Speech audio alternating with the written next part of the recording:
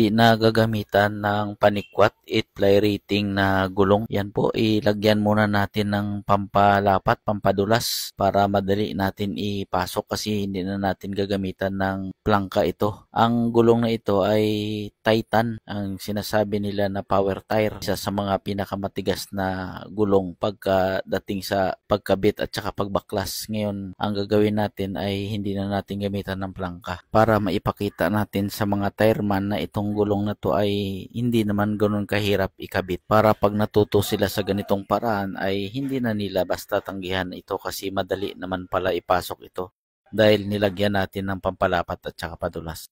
Ngayon ang pito na ito ay ipit yan. Hindi natin gamitan ng plangka, ito ang diskarte. Hilahin mo yung interior sa loob, idiin mo yung pito. Ganun lang po ang technique dyan para hindi maipit ang pito. Dito naman tayo sa pangalawang labi po, idiin-diin lang natin ng paa natin at saka kamay para madali natin ipasok. Tutulungan natin ng paa natin. Ganyan lang po.